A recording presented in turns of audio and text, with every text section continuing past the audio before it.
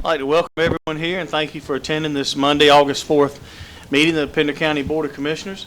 To get things started, we are going to ask that Mr. Brown lead us in the prayer, and Mr. Ward is going to lead us in our pledge. Please stand. Let's bow our heads, please. Our Heavenly Father, we thank you for another day that you've given us.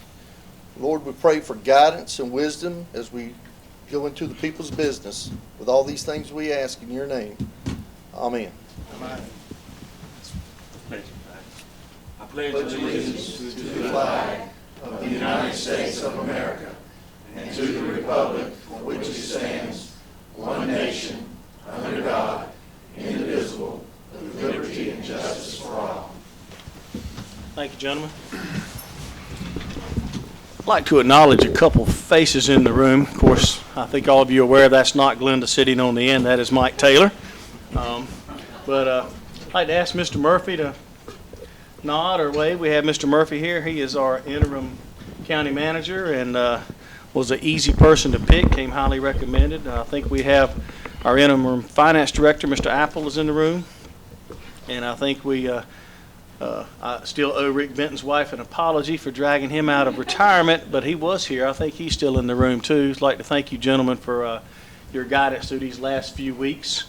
When you get lemons, you figure out a way to make lemonade, and I'm glad that you folks could guide us through that. And I am very appreciative of the response of my fellow board members, working together and communicating. And sometimes you find out when we all need to step up and work as a team. And I've been very, very pleased and impressed with how you gentlemen have stepped up here, and all the department heads for that matter.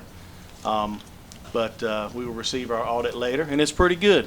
Are there always opportunities? You betcha. We always have those. But it's been an interesting few weeks, and we've like to think we're all a little smarter because of it. So I will get off of that soapbox for now, and would like Ms. Mulholland to come up. We're going to recognize our Outstanding Citizen Volunteer of the Year, as well as our Outstanding Employee of the Year. And Ms. Mulholland, podium's yours. All right, thank you. Good evening. The annual Outstanding Citizen Volunteer of the Year Award was created by the board back in 2009 as a way to recognize the efforts of outstanding citizen volunteers in Pender County. This is the 4th annual issuance of this award. Nominations were accepted from the public, and the nomination criteria include: demonstrates a concern for the all-around development of the community, presents a positive image of the county, participates regularly in community projects, shows evidence of ongoing leadership and dedication, demonstrates a commitment to improving the quality of community life, contributes time, energy, leadership, and resources to enhance area organizations or community programs and initiatives. The county received nominations, and the Board of County Commissioners made the final selection of the award recipient. The process was conducted anonymously, and the Board of Commissioners was not provided with the names of the nominees. A summary of the comments from the winning nomination will be presented by Chairman Williams. Chairman Williams will present the award on behalf of the commissioners. The award recipient's name has been added to the plaque that will be displayed over here in the board meeting room, and the award winner will also be presented with a plaque. So without further ado, the Outstanding Citizen Volunteer of the Year. Kent Harrell was nominated for his outstanding work within and around the Pender County area. Kent has his own law practice in Burgal and works relentlessly to represent his clients. He has served for 15 years as an attorney, advocate for the Pender County Guardian Ad Litem program. Working with the Guardians, he has worked to represent the needs of abused and neglected children removed from their homes by the Pender County Department of Social Services, helping countless young people in the process. Kent is also actively involved in the Pender County community. He has served on the Pender County Historical Society Board, has coached teams from Pender High School in regional and state competitions, and helped start the Teen Court program. Kent serves on many boards and committees: Executive Committee of the Cape Fear Council, board member of the Pender County Juvenile Crime Prevention Council, chairman of the Scholarship Committee, chair of the Rotary Youth Leadership Awards Committee, past chair of the International Service Committee, and many, many others. Kent has strived to enhance the lives of not only his family, friends, and clients, but to anyone that needs a helping hand. His selfless giving to the community around him makes him an excellent choice for the Pender County Citizen Volunteer Award. And I'm not sure if he's here. Come on up.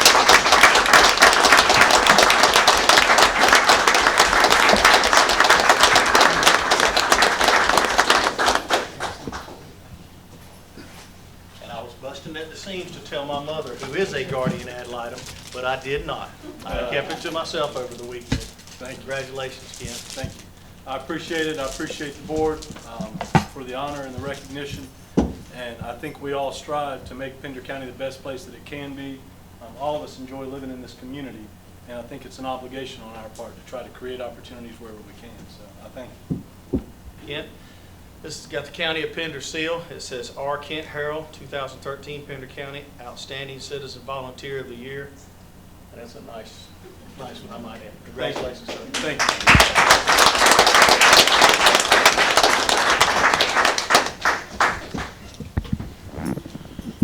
Mr. Chairman, the interim manager just pointed out, and I would like to repeat, that was a lawyer who was doing good things on behalf of people. I want to make sure that gets referenced. We don't hear that all the time. No lawyer jokes this meeting, okay? That's the last time I'm ever going to say anything to him. Ms. Mulholland. All right. The annual Outstanding Employee of the Year award was created by the board also in 2009 as a way to recognize the efforts of outstanding Pender County employees. This is the 4th annual issuance. The nomination criteria include consistently provides a high quality of work, takes initiative to make things better by going above and beyond the required duties, demonstrates ethical and professional behavior and exceptional dependability, serves as a role model through positive interactions with customers as well as coworkers, exhibits positive attitude, inspires others to excel, and steps up cooperatively to cooperatively work through problems, offering solutions in a professional manner, and treats problems as opportunities. The county received these nominations, and of course the board made the final selection of the award recipient, which of course was anonymous. Chairman Williams will read the comments from the winning nomination. And without further ado, the Outstanding Employee of the Year. Imagine having a diagnosis of breast cancer again. Then there are the doctor's appointments, the radiation, the chemotherapy and surgery, and the fear, anxiety, and depression that comes with facing the unknown. Not many people could rise above these issues, coming to work, smiling even though you don't feel like it, or listening to someone's problems, all the while trying to deal with your own. Ava Richard, Public Health Nurse 2 with the Pender County Health Department, is truly an inspiration to all who work with her. Ava arranged her treatments around her work schedule, missing as little work as possible. As the county's immunization nurse, Ava managed to assure that 92% of the health department 2-year-olds had complete, up-to-date immunizations according to this year's state audit. This required a great deal of time tracking patients, contacting parents, and providing follow-up after hours for issues or concerns. Ava's can-do spirit is infectious. She inspires coworkers to consider new ideas and ways that improve efficiency without sacrificing quality services. She is open to change and makes recommendations to improve the way the health department does business. Ava has over 30 years of nursing experience, began working at the health department in 2006, and is highly respected among her peers. She is a mentor for student nurses who complete intern work at the health department. She also trains all new staff nurses on the various immunizations, practice techniques, and state and federal rules for appropriate immunization provision to patients. Her motto is the golden rule: do unto others as you would have them do unto you. Ava and her talents are invaluable to Pender County, thus making her the perfect choice for the Outstanding Employee of the Year award. Ava.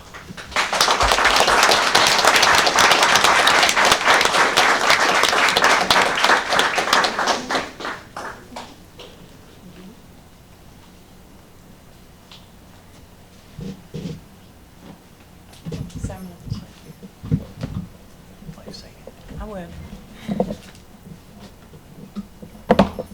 I'm so very humbled to have been chosen for this award, and I'm very honored to receive it. I want to thank everyone who had a part in making this happen. A special thanks to my bosses, Ms. Carolyn Moser and Shirley Steele, who have been so supportive of me in every way. I've been on a journey this past year with the dreaded word cancer. It was not a journey that I chose, but one that was put before me. I did not walk this journey alone, but have the support of my family, friends, and coworkers along the way. Most of all, I want to thank God for walking this journey with me. He gave me the strength, the courage, the determination to fight this battle, even when I felt I had nothing left to give. I feel that I'm a stronger and better person today because of what I've been through. The person I am today is a result of all the struggles and triumphs I encountered along the way. I can truly say that I am blessed. I hope to be an inspiration to anyone who is fighting a battle of any kind, to stay strong, believe in yourself, keep the faith, and know that God will see you through it. Thank you, and may God bless you.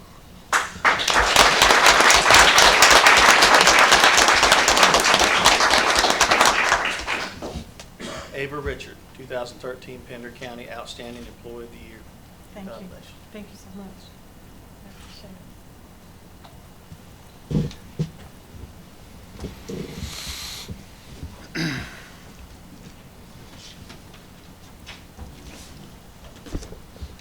Before we get to public comment, ask the attorney to check for signups. I'd like to ask Mr. Murphy, I think you all seen a few emails going back and forth about an opportunity for a grant opportunity. I'd like to add to the agenda later on in the agenda, so please guide us on that. Mr. Murphy? I would suggest that this item be added as a new item following the Maple Hill Water and Sewer District consent agenda. And it would be a meeting of the Moores Creek Water and Sewer District Board of Directors to consider a resolution authorizing approval of a letter of conditions from the USDA Rural Development for permanent financing of the Moores Creek Water Distribution System.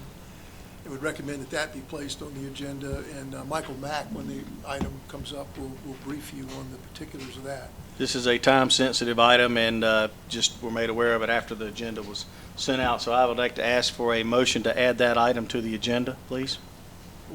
Mr. Chairman, could I just ask a question before we do that? Absolutely. But you know how important it is on this board that we don't add something unless it gets a unanimous vote to be added. If it's not already on the agenda, I want to make sure that the public understands this is a time-sensitive matter. It could not wait until the next meeting in order to be added and to be successful for us. Is that correct? Want to make sure. If you're asking me, that is correct. Yes, sir. Okay. Absolutely. I just wanted to verify that before we, and with that being said, I would be glad to make the motion to add that item to the agenda. Have a motion by Mr. Brown, Second. second by Mr. McCoy. All in favor to add this item to the agenda, please. Shane. Unanimous vote, so it is now added to the agenda. We'll entertain that motion. Well, we'll just do this later on. We'll do it at a later point. Now, there's another, I think Just a another couple of item you other, want to tweak. this is probably more in terms of a technical correction to item 15, dealing with the presentation of the audit. And it's to add consideration for additional fees for the conducting of the 12-13 audit. Can we will certainly, if it's added to the agenda, this will be laid out during that part of the agenda, I would hope. Yes. So we can make a decision before passing it, or not passing it. Yes, sir. Can I get a motion to add this, I guess we should say a addition to that particular item to cover those audit fees? Yes, sir. Is that adding on to number 15 or something? Yes, with the audit, yes, sir.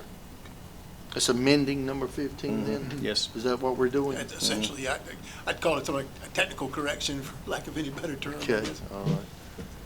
A correction. Yes, sir. Technical correction, okay. Like to entertain a motion. I'll make a motion. Motion by Mr. McCoy, I'll second. seconded by Mr. Brown. All in favor? Motion carries. That item has been added, and I'll try to make sure that I stay on track with that. Yes, sir. Mr. Chairman, just one other item, and I don't know if this requires board action. It might be able to be done at the discretion of the chairman, but item 16, resolution authorizing approval of the local transportation policy. If that could just be moved up in advance of 14. The other items might take a little bit of time, and I think this will be probably a pretty quick item. I think we have some folks that need to hit the road. Yes, sir. So, I'll make a motion for that. yeah. Do we need a motion just to rearrange it?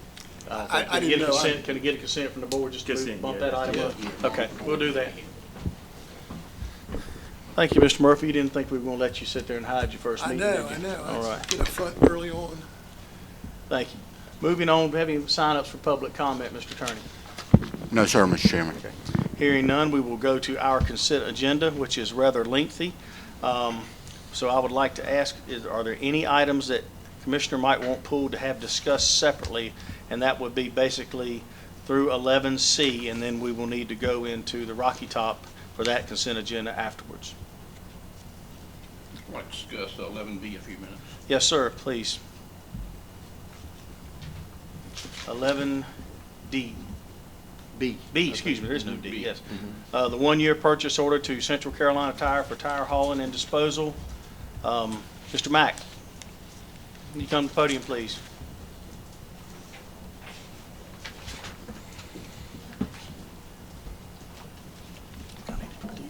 Good evening, sir. How are you? How can I address your question? So this is, there's only one company that does that, really. It's like They're all interlinked and owned.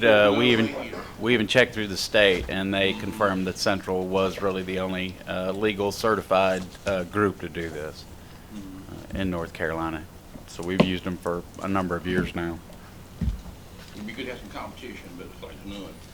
Well, they both bought most of the competition out, is what we had found out. So again, with the proper certifications and disposals, I mean, it still is our best bet. Well, can I ask a question sir. here? Because I had a question on this too. So, is the tire retailers, whether they're in New Hanover, Penn, or where, do they not charge a fee for recycling or for an Yes, old anytime tire? you buy a tire, they charge, I think it's 2.5% excise tax. Yeah, now who gets that fee? It goes to the state. The retailer collects it, and then we apply for it to be reimbursed back to us as a scrap tire grant. So we get some of this back? We get some of this back, yes, sir. Do you have any idea how much of that we get back? It's a better part of it. It comes in quarters. We usually get them quarterly reimbursements. I'd say 50% comes back through the grant appropriation. Okay. All right. Yeah. I was So curious. retailers collect it, and then it goes to the state, then we reapply for it based on our counts and our tire outages, and then we get the prorated portion back. Okay, Mm-hmm. thank you. Any other questions on this item or any other on the consent agenda before we entertain a motion? So 90% of this is covered by grant. 50%. It says here 90. They cover 90% of the cost. Did I write that? The county receives both the scrap tax, tire excise tax, and the scrap tire grant that covers 90% of the cost.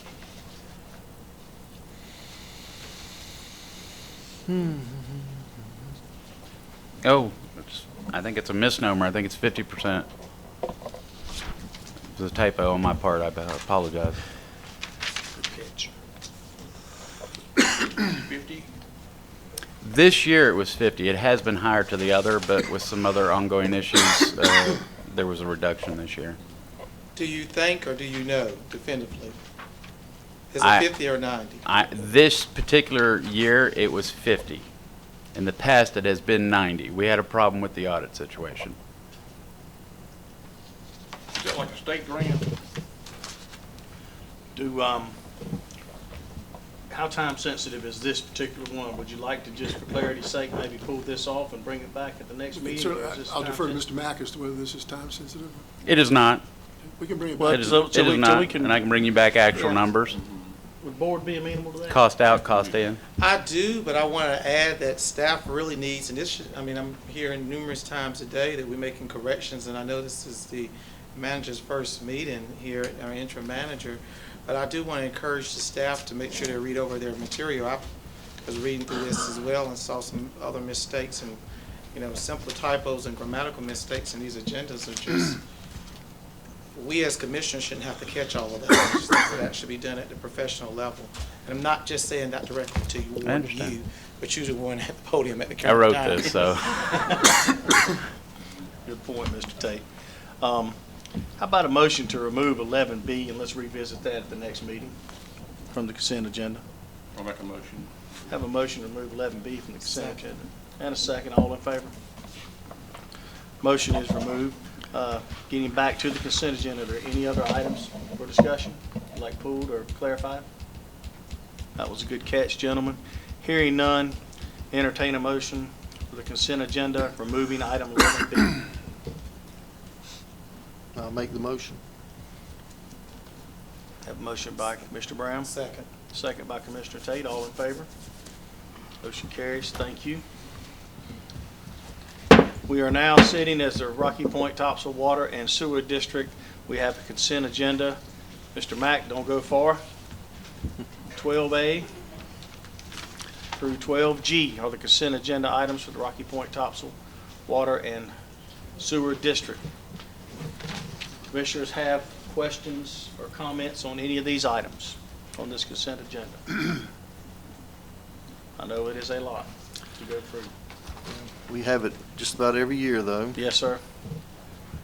And we're going to have something else, part of our water and sewer here in a few minutes. That's good news. So, hearing none, I'll entertain a motion for the Rocky Point Topsail Water and Sewer District consent agenda. Motion for approval, Mr. Chairman. I'll second. Motion by Mr. Tate, second by Mr. Brown. All in favor? Motion carries. Thank you. We will now sit as the Maple Hill Water and Sewer District. We have some consent agenda items for that.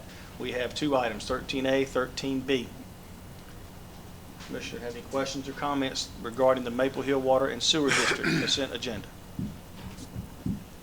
Hearing none, we entertain a motion. Make a motion. Motion for approval from Mr. Ward, I'll second. second by Mr. Brown. All in favor? Thank you. The motion carries. We now need to sit as the Morris Creek Water and Sewer District. Is that? That's correct. Okay, we are now sitting as the Morris Creek Water and Sewer District. Mr. Mack, can you come to the podium, please? As we saw, I think, Friday or Thursday afternoon, the Friday emails gave are you running together now. Heads up, Monday, a week ago Monday, we got the actual commitment Yeah. for that. And I'll read through the agenda item if that's all right. Yes, and please. then introduce the cast of characters here. Again, we appreciate you putting on here. This one I think is well worth the effort. Stephen didn't call me till, like I said, a week ago Monday. The agenda had already, gone out. But this one is timely, as Stephen can attest to it. But sitting as the Board of Directors of the Morris Creek Water and Sewer District, we have attached a letter of approval of conditions from the USDA Rural Development for the permanent financing of the Morris Creek Water and Sewer District. As you remember, back in 2006, those districts did approve GO bond referendums to construct a water distribution system within each of the districts. The approved 7-year referendum was set to expire in November 2013, but with the assistance of our bond counsel, Mr. Jessup there, we were able to get an extended an additional 3 years, which takes us out to November of 2016. In November 2013, we did award an engineering services contract to HIFO Infrastructure to prepare the environmental assessment and the preliminary engineering report required to secure USDA funding. The EA has been completed, submitted, and a FONSI, which is a finding of no significant impact, has been issued for this project. In the preliminary engineering report, we did downsize the project considerably. The GO bond referendum was passed in the amount of $45 million for Morris Creek. It wouldn't support it.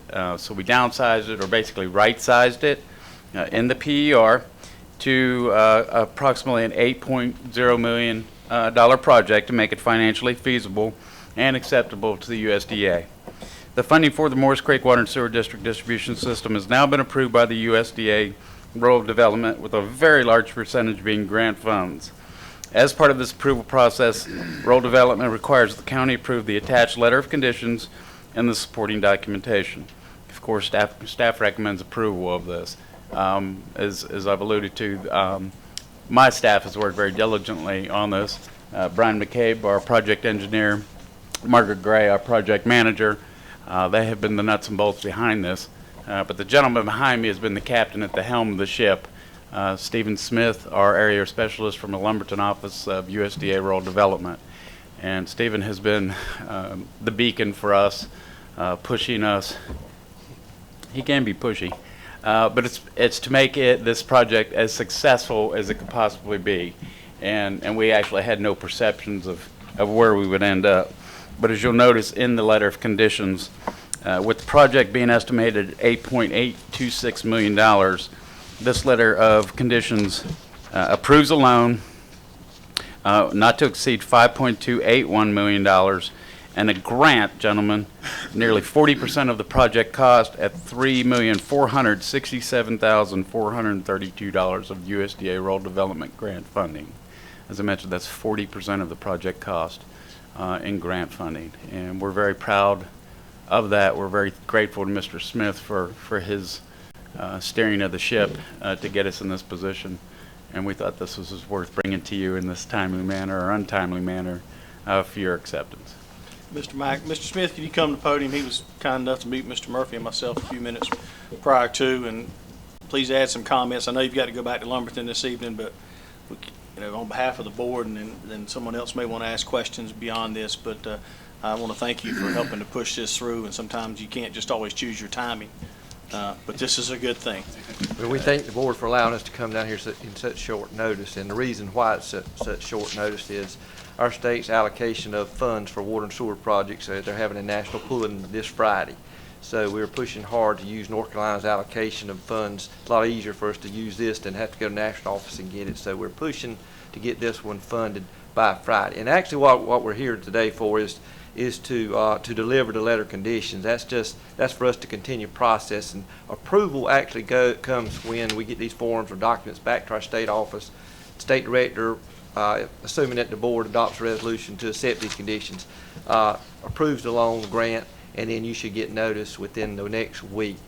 It should be funded no later than Friday because we got to do it before Friday. So at that time, the actual funds are approved, and it is, as Michael stated, basically almost 40% is grant. The district does have to put in approximately $78,100 for owner contribution. That's basically coming from tap fees, estimated tap fees. Interest rate on the loan portion, it is right now is 3.25% for 40 years. Actually, the principal is scheduled over 38 years. First 2 years of interest is interest only. If actually the loan is not closed until actually it will be funded, but the actual rural development loan is not actually closed until the project is basically developed, which may be a couple years down the road. 2016, we're going to need to have it done. Absolutely. And that's another reason we're trying to push, because we need as much time as we can to get the project designed, get it bid, get it built, and get the loan closed prior to November 2016. But if the interest rate comes down at closing, at the time of closing, you could get a lower interest rate than the 3.25. It's locked in at 3.25 unless it's lower at closing. So that'll be a maximum interest rate of 3.25. And other than that, I'll answer any questions you got. Hopefully you got your draft. I delivered the original to Michael just a few minutes ago. So if you have any questions, I'd be happy to try to answer. Commissioner, have any questions or comments they'd like to add to this? I only have one, and he answered it, which was about the tap fees.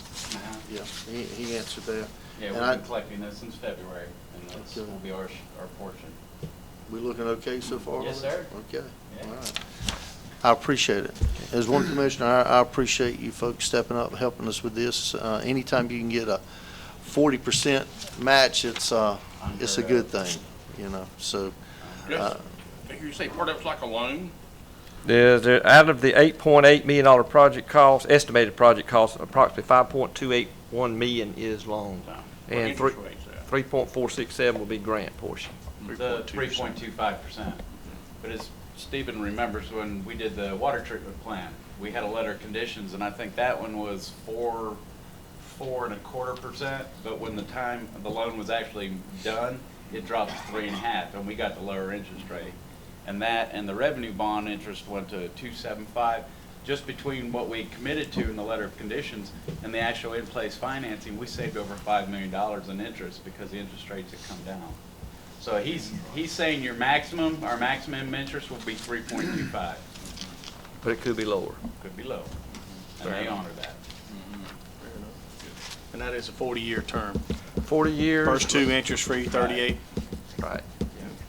First two are interest only. Interest only, not interest-free. Go ahead. Yeah, Yeah, you said interest- interest free, I want to That make. was a miss. capitalize the interest. Yeah, They actually yeah. give us the money to pay our interest payments. We could try, I mean, we can ask. Yeah, them. we can ask, yeah. I'm not gonna push his buttons too much.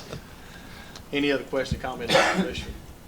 Just thanks. We appreciate it. And we hope to be back within the next 30 days, because I know this needs to be simultaneously with the Central Penders District, and we'll have to go to national office to get funding for it. So we hopefully in the next 30 days, we'll be back doing the same thing for Central Pender. Good to see. Numbers you. will be a little bit different, but same process. Well, it's good to see these little bit more rural areas getting their stuff. Our goal, wouldn't hold it there. our goal is to process it at 40% grant on the next one. Can't guarantee you that until it's done, but it was understood that if we do one, we're gonna try to do the other one at the same percentage. Well, you're on tape. Don't hold me now. I'm just saying, I'm trying to do that. Or we are, He hasn't not signed me. anything on that one yet. but We are. He has been man of his word and brought everything to fruition that we could have ever imagined, everything he said we could do. Everything is subject to the availability of funds. If the funds are there, grant funds, we'll do our best. I know the folks in that area will be happy to see this come. We've had very good turnouts, very good responses. I That's imagine. good news. Yeah. Entertain a motion for approval as submitted. I'll make the motion. Have a motion by Mr. Brown, I'll second it. second by Mr. McCoy. All in favor? Thank you. I guess now you're going to be the Pony Express and get them get the documents delivered then. They'll go back in the morning to Raleigh, and hopefully you'll have an answer, or you'll get the approval. I wouldn't be here if they were not planning on approving, I guarantee you that.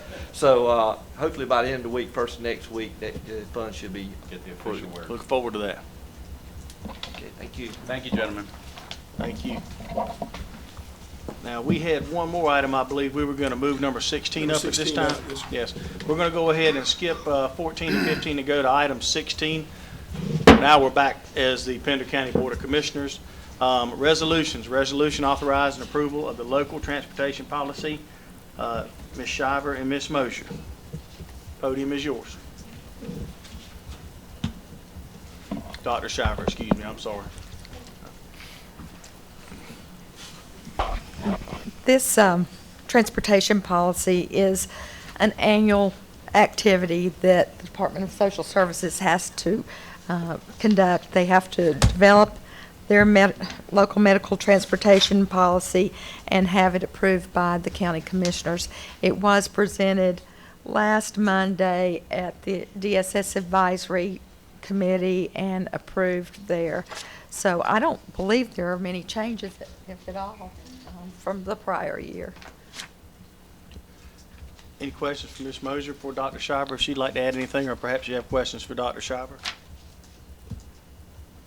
Can I ask, what were the changes? What were? There weren't any. Mm. If you wouldn't all been here, then we'd have had a bunch of questions. That's That's right. generally how it works. Hearing no more, I've entertained a motion for item number 16. I'd like to make that motion. I see my neighbor Bernadette back there. I consider her a neighbor. I'll This is second. Bernadette's policy. She's a hard worker. Now, I was gonna say 910, gonna give out my telephone number. I don't know what I'm gonna do that. So you sit there with that. I'll be glad to make the motion. Motion, I'll be glad to do that. Your motion comes with a phone number now? Everybody asked for it, so. Mr. Tate, now, we're not out of the club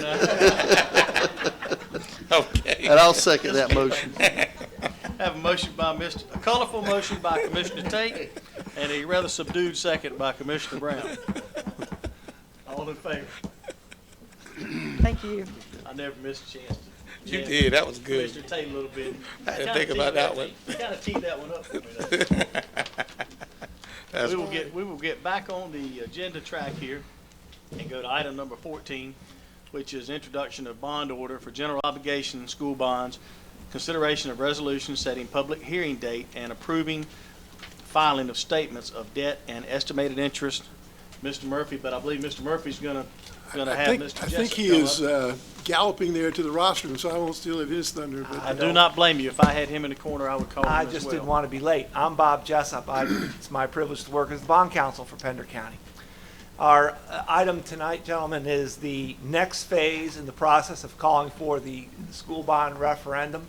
It's the second of the third time that our statutes require the board to consider taking formal action toward the referendum.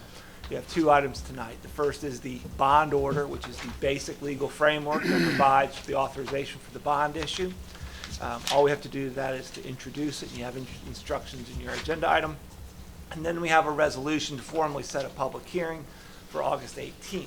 August 18th is the day that we'll have the public hearing in which the board will be asked to take a final formal vote on the bond order and the question of putting bonds forward to the citizens for a vote.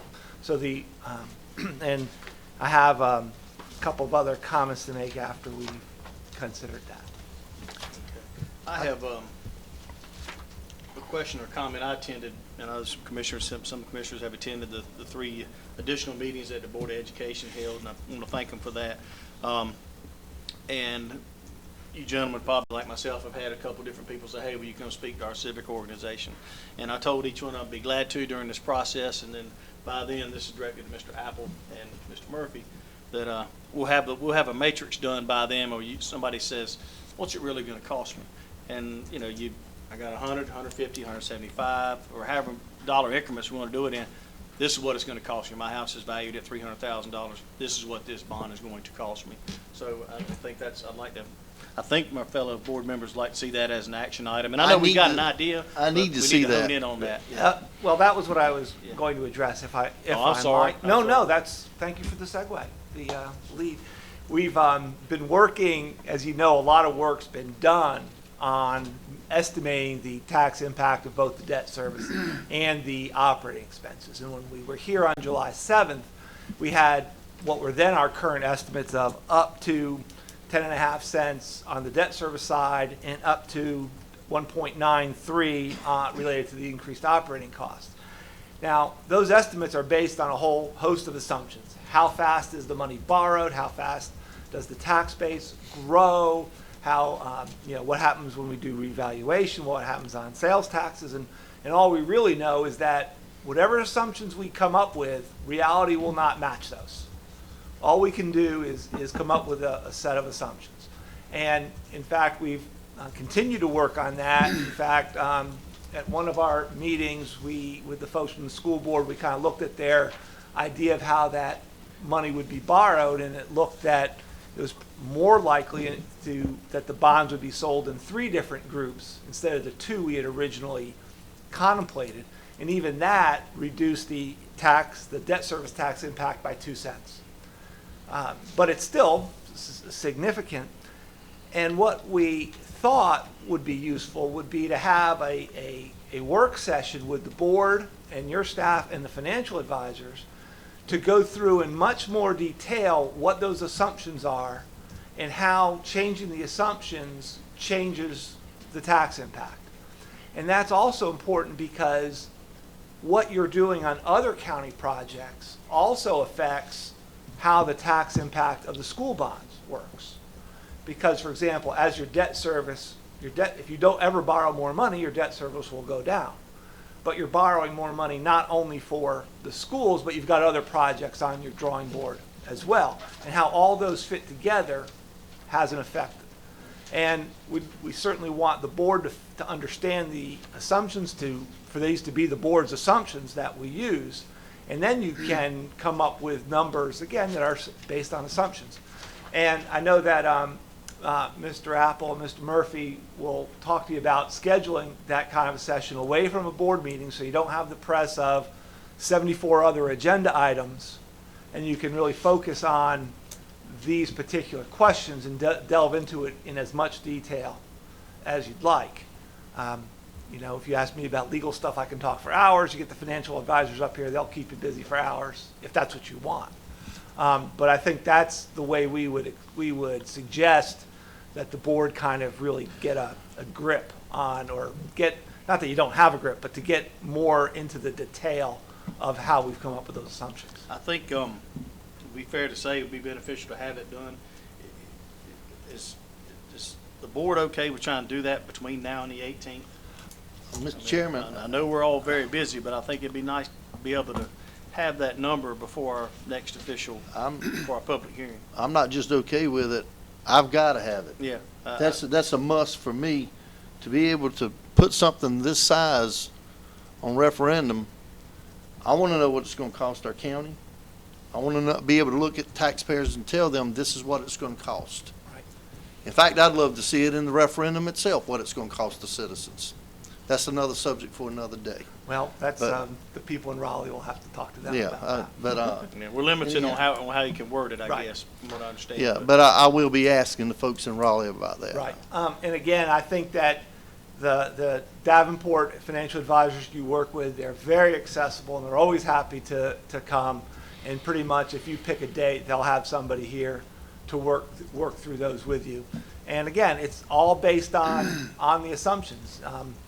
If you make an assumption about faster growth in the tax base, of course, the tax impact is lower. Yeah. Well, I just feel like the citizens, they're going to go to the ballot. They're going to make a vote on this. They need to be as educated as possible what this is going to cost their pocketbook at the end of the day. So I would love to have a session scheduled, but I'd like to have it scheduled before the next meeting when we actually have to take a vote on this. And I think, You don't have to decide anything right at the moment, but I think the three dates that would probably work would be 11th, 12th, or the 13th. That's next Monday, Tuesday, or Wednesday of next week. and I think one thing we need to consider is we're going to go into closed session here in a little while to discuss the narrowing down of resumes for potential managers. And I think we're all going to have our calendars out then too, probably. So can we wait till we're all in there and throwing dates out? But I'd rather wait till after the 18th and interview manager prospects and make sure we get this work session in. I think I want to make a statement on. Yes, sir. The people in the county are not going to hold the school board accountable for this tax increase. They're going to hold us for it. We're the ones that regulate the tax in the county, and I'm just concerned about the heavy burden to put on the timing of this bond issue, and so I'm continually. That's the reason I'm for the schools. I have so many concerns about what's going to happen. We've got definitely, there's no question about it. We got the jail bond, the jail coming up. We have we have to do that jail. Nobody wants to do it, but we have to. $700,000 a year we're spending and sending people from our jail to other counties. And I want to know what people want to know, how it's going to hit them, this tax increase. And we do need the schools. But I'm just saying, is this the timing right now? That's my concern. Cool, thank you. Any other comments? I would say I think a lot of our questions are going to be answered when we see this session that we're going to have. And I'm reserving a lot of judgment. I have to agree with Mr. McCoy quite a bit on some of his statements there. That's the reason why I need to see this work session to see how it is going to impact us as a county and what the taxpayers are going to be stepping up to the plate for. So. And my only dilemma, and certainly, as gentlemen, I respect your opinion, but my only dilemma is that, and I'm going to be quite honest with you, is that I see a school in my area that's very much affected by this bond, but I also see a school on the east side that's certainly needed. I went to the meeting at Pender High this past week. I think it was last week, and certainly the need was evident and made that there's a need on the east side for schools as well, and not to rehash that tonight. We all know we got comments and concern about that, but I certainly want, delaying it today does not make it any cheaper tomorrow. Well, and I agree with that, Mr. Tate, but I need to know for myself to be able to tell citizens what this is going to cost us. I'm not just, I do support the schools, and I do know that we need additional schools. That is not even a question. But I need to know what it's going to cost us to do that. That's the reason why I need this work session. We'll definitely have it. I went to the one at Topsail and I signed up to speak, but I signed up to speak as a parent, and one that's going to the high school this year for the first year in high school, and one for the first year in middle school. I've been seeing it on the days I'm lucky enough to be able to take them to school. And but yes, we need to be able to say, your house is worth this. Here's what it's going to cost you. And I totally agree with that. But I did speak in support of the bond. And I went on further to say that if we wait on the perfect document, and and I've done this about when we did a county rezoning, and we've done some other things. If we wait on a perfect document, you'll never vote on anything. But we need to try to let the folks make as an informed decision as we can let them make, or give them the information to make their decisions, including my own family members, because I'm fielding the same questions as you all are, even within my family members. And my mother's a retired teacher, but she still wants to know how much. She's going to vote for it. But that's my soapbox. So. Well, I have teachers come to me too, school teachers in the county. They're concerned about, they see the need, but also how much is it going to cost them on their taxes down the road. Definitely, we're going to have to do some improvements to our schools. It's going to have to be done. But $75 million, it's going to be a sticker shock, I can tell you that. If you see $75 million at one time, it's going to be a big sticker shock. Well, especially if you're looking at almost a 12.5 cent, just based on what you said just now. Right. You're looking at 12.5 cent if we go out and finance $75 million worth of school bond debt. Mm-hmm. So 12.5 cent is roughly what, a quarter, 25% increase of our current tax rate? Well, but that's if you do it in 2 iterations. Is that a proper way to say it? Yeah. But if you do it in 3, that could drop off some, and that's one thing we're going to go over. That's one thing this session will that we help need us to go with. over in that session and learn all this, because you can't go out and borrow $75 million at once and build. I mean, you're not going to build them all at one time. They can't all be. No, built, but so. the debt's gonna, collectively, you're gonna end up there. Yeah, right. But how you go about financing affects the total that you pay, I think is what I heard. That's right. How quickly you do it and what amounts you do when, all that has an impact on it. In fact, I'm not sure, not every project has an operating expense impact. Not every project on the school board's list. So I'm not sure where the operating expenses come in that timeline in terms of how quickly those come in. And those are the kinds of questions you can get answered if you have the school board people here and the Davenport people here.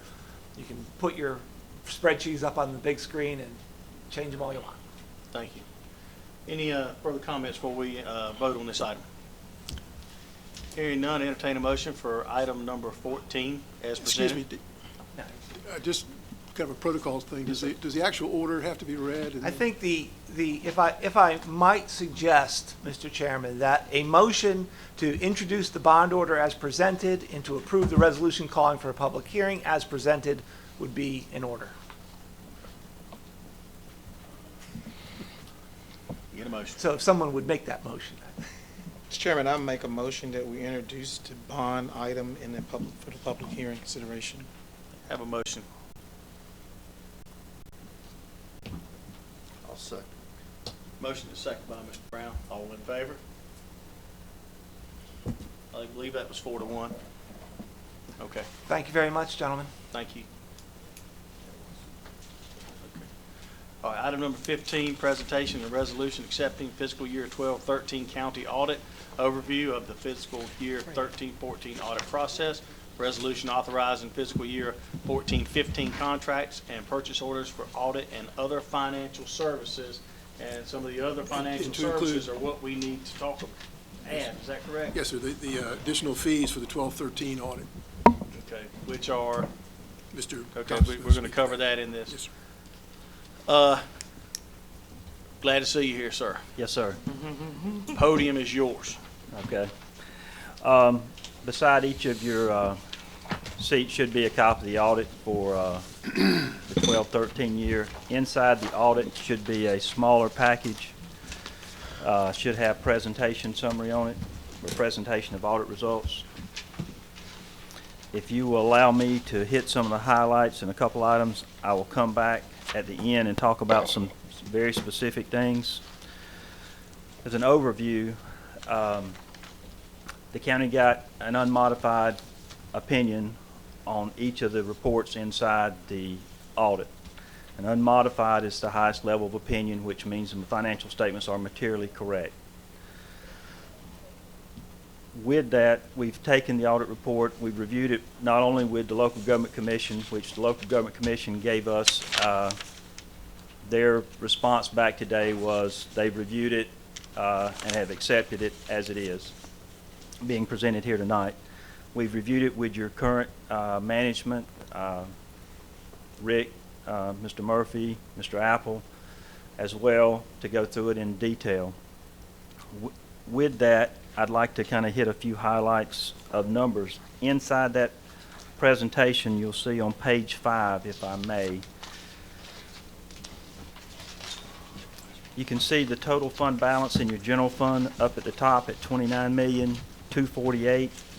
What we attempt to do here, if I may back up and regress here, I try to pull out what I think are some of the key audit numbers inside the audit report to keep us from flipping from page to page and put it on one summary page. Happy to go through in any detail you'd like.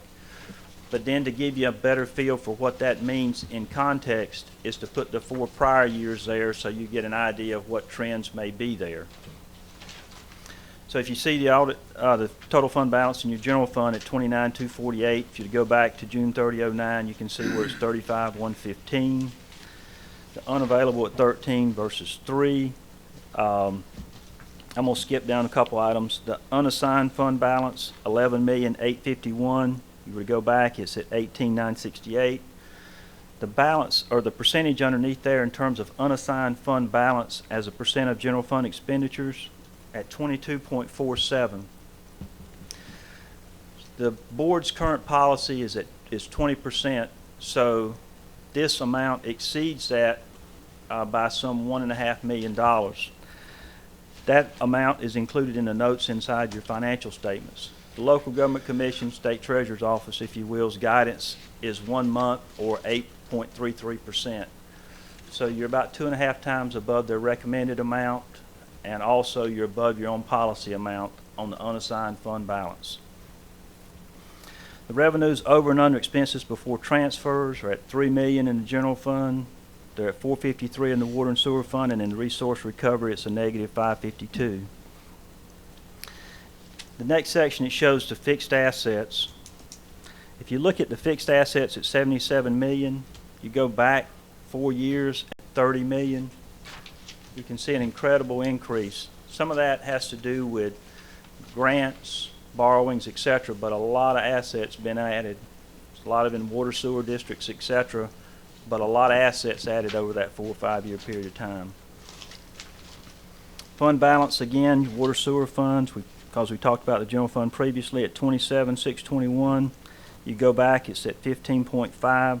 So over that period of time, your water sewer funds fund balance has increased about $12 million. The resource recovery funds dropped about $500, and the other governmental funds is dropped about $11, and that can be all over the place without going into detail because of special revenues, capital projects, etc. That's a very broad category, if you will.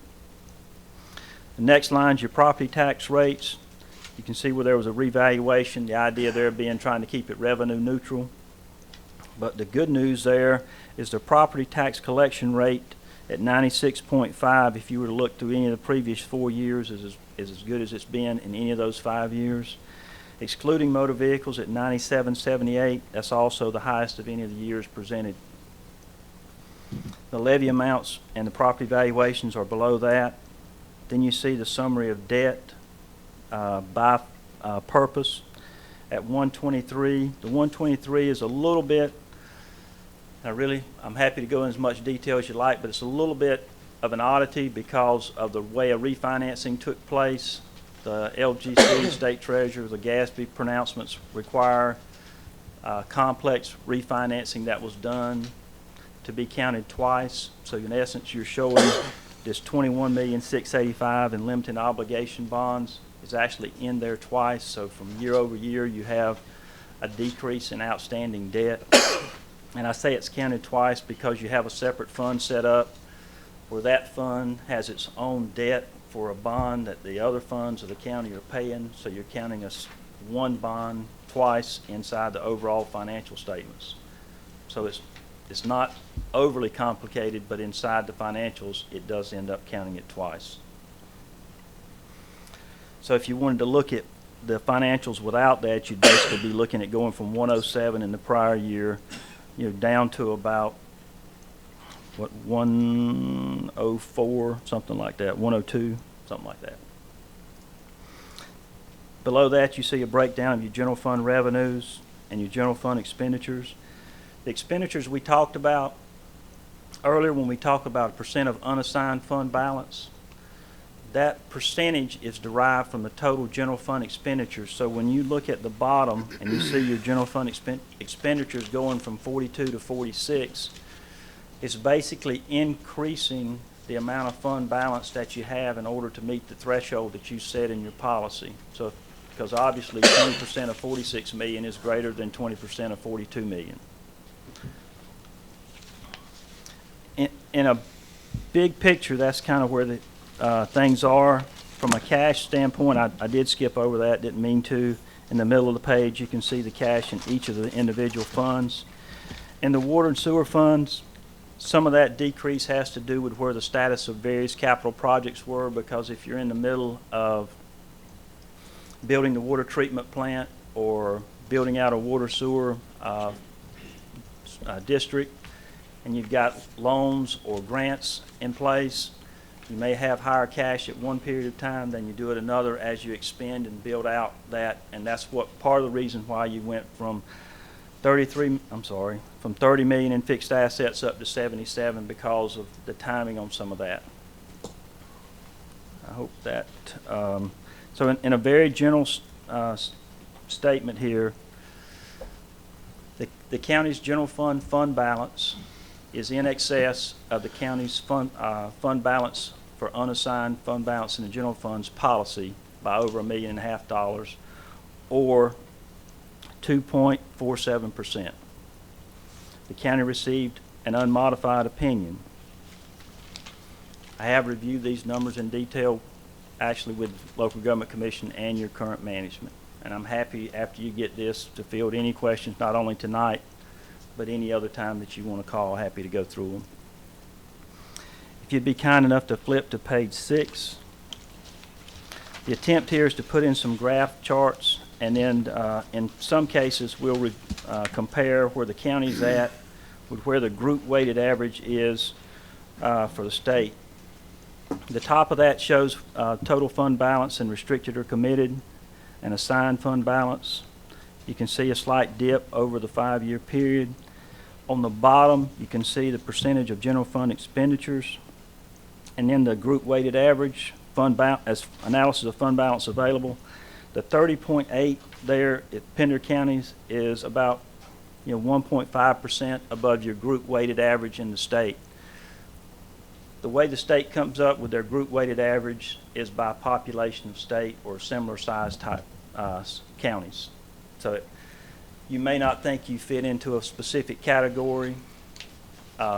We run into this all the time. We do a similar chart for cities or towns. It could be a county in the western part. It could be a county right next to you. They're basing it on a specific criteria. But based on the criteria the state has, you're a percentage at 1.5% above the group weighted average. If you'd be kind enough to flip over to page 7, you can see your revenues over and under expenses before transfers, where your general fund, water, sewer, and resource recovery funds are there. The general fund looks good before transfers. Obviously, the issue is after transfers. On the bottom, you see the total fixed assets, your accumulated depreciation, and your cash for your water sewer funds. On page 8, you see your cash balances and fund balances by fund in a pie chart, but you also see the numbers again right underneath those. And then the property valuation and levy amounts on the bottom.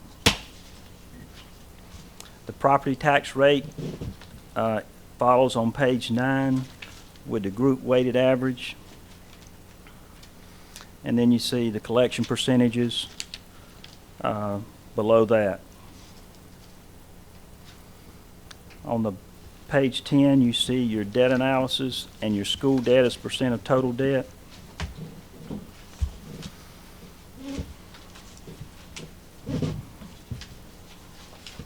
And then we attempt to break down the general fund revenues and expenditures by percent. On page 11, you can see where 67% of general fund revenues are coming from ad valorem taxes, which is a huge percent.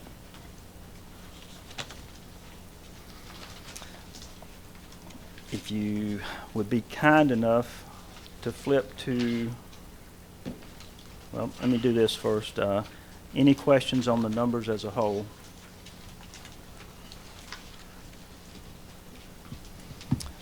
If you would be kind enough to flip back to page 1 of this presentation summary. In terms of significant audit findings, I'm going to go through in detail with you in just a second on those. We did have some difficulties in performing the audit. There, when it was all said and done, we believe there were no uncorrected misstatements. Disagreements with management. In the end, we were able to resolve anything. Management did provide us with a representation letter dated July 18th. We're unaware that management consulted with any outside auditors. And then on page 3 is some of the issues that we had that you may be aware of. The big issue, as you know, was reconciling statements, getting everything posted, and most of these items deal directly with that. Because if you weren't reconciling the statements, then you weren't posting wire transfers in and out, you had significant issues all the way through. And it created significant time in trying to figure out what was and what was not posted during that time period. Okay, and I'm sorry, I do apologize, Mr. Chair. If you can just repeat that, what you were just saying about the... So what I'm saying specifically is that the bank accounts were not reconciled for any period of time during the fiscal year 2012-13. As a result, in addition to that, if I may, wire transfers, i.e. revenues coming in from the state, or wire transfers out, debt payments, were not recorded.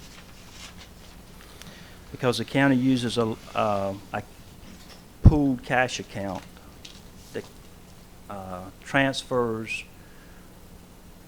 inside the general ledger of the county were not always recorded between funds, even though the funds were expended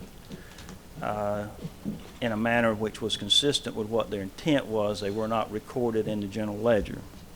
Can I, which, you and I talked a few times, and appreciate you coming down Friday and meeting with myself and Rick and the manager also. But one thing I'd like to know for the record, the more we got into this, the more frustrated I got. However, we were able to track all this down and get it rectified to complete this audit. That's accurate, which is why, to complete your statement, which is why I said at the beginning, we're issuing an unmodified opinion, which is there's no higher opinion to issue. Which means that the financial statements that are in front of you, we believe are materially correct, which is exactly what the audit opinion should state. Materially correct.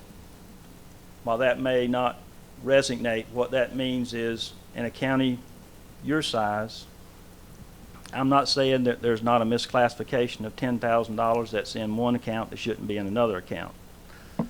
I'm trying to say that as a whole, when a user looks at these financial statements, we believe that they would draw the correct conclusion because they're materially accurate.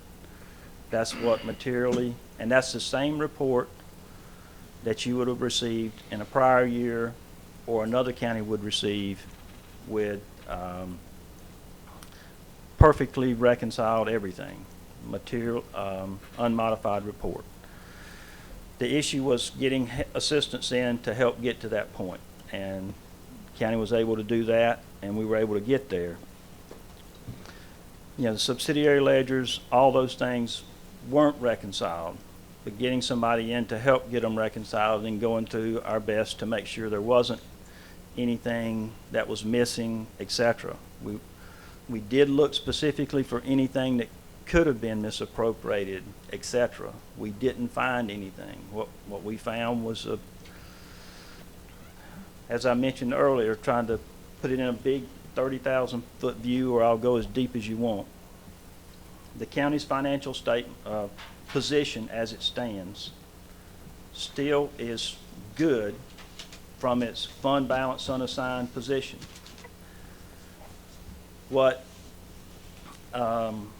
wasn't good, which is what's on page 3, is the system to record it and account for it, which is why, you know, the county had to end up getting some help to get in here and get it caught up, so that you can make good decisions, know where things are, everything's accounted for going forward. I hope that's answering. Well, I you know, like I said, you start peeling back layers of the onion, so basically, and it's in the bigger part of the audit, which I had a chance to review over the weekend too. But it's going to say there was a failure of the finance officer to perform his duties. Yes, sir. I don't know if that's verbatim, but it's in writing. Okay, Mr. Chair, can I ask you a Yes. question? And I appreciate it, and I'm kind of going back to what you said earlier, and I guess through your financial analysis that you have done through this report,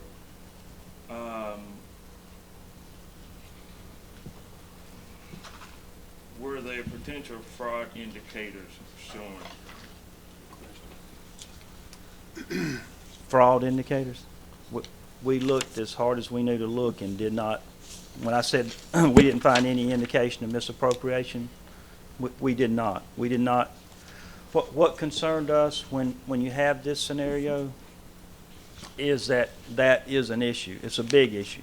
And one of the reasons why we spent a lot of time digging through various accounts, digging's probably not a good accounting term, but doing a lot of analysis work trying to figure out if there was anything, looking at a lot of transactions.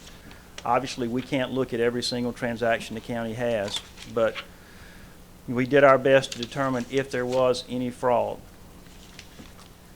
To say it bluntly, I don't have any indication that he was doing enough, putting enough effort in that side to commit fraud. Maybe that's not appropriate to say in this forum, but that's probably. No, that pretty much. But you know, I'm sorry, Mr. Chairman, was that you or Mr. Ward speaking? I think it was the same time. Go ahead, Mr. Taylor. You know, to hear you say that now, after we've been spent X amount of, and I'm gonna just be very frank back with you, can I? Absolutely. Because I've served with you on other boards and entities as well. But to hear you stand there and make that comment tonight after many $1,000s later, why did you not notify, or did you notify the board leadership or anyone else that he was not performing in those ways when you were doing this audit? You've done this audit, I think I've been on this board almost 8 years, and you've been doing this audit for some time. If there was something that was alarming or negligence in the duties of the finance officer, do you not have a diligence to share that with the board leadership at some point? Well, if you go back to, I think the audit date or the report date on last year, the previous year to this was March 26th was the report date. So I think our presentation was sometime in April of 2013. And in that presentation summary, I think you'd find where we said he didn't reconcile the accounts. The only reason it got up to speed then is when the previous finance officer came in and helped him get it up to speed. And then the previous, so it was detailed in there. In fact, to show you it was detailed in that audit report, when the LGC wrote one of its letters, it specifically said, "We know, have you done what the auditor said you weren't doing last year?" And the answer was no, he wasn't. We did in fact go to management, his boss, and say, we can't do an audit till he gets his job done. And so from a standpoint, we thought we were notifying the correct person to get to you to get there. So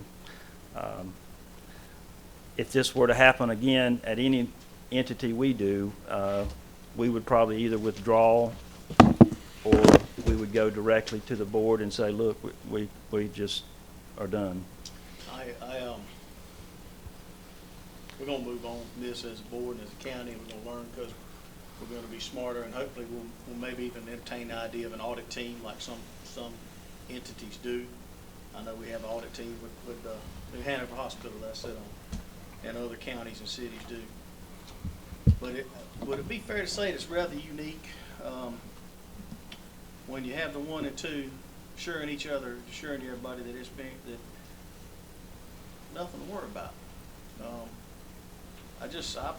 I'm beyond the feeling betrayed point of this thing to just mad, and I feel duped. I went from feeling duped to betrayed to now I'm just mad about it. And I'm not going to hide behind the personnel or whatever and say, well, it's a personnel issue, because, you know, those 2 are gone.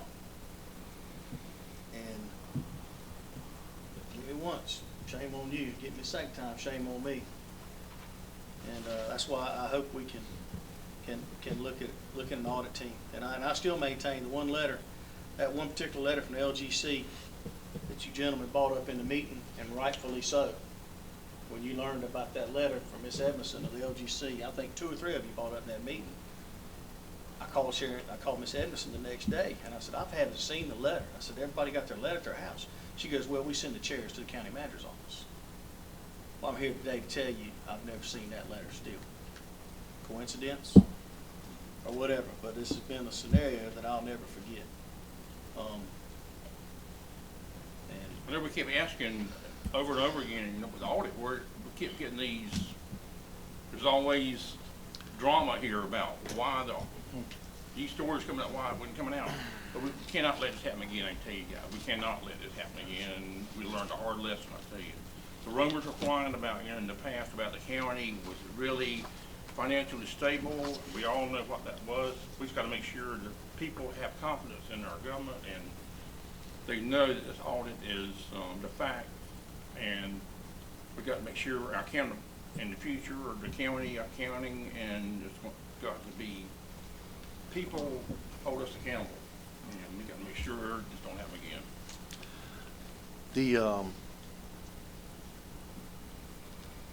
again.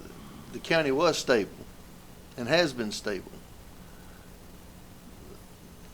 And the only way I know how to put this is the folks doing that job were sloppy, inept. Sloppy bookkeeping. And I'm glad we're moving on.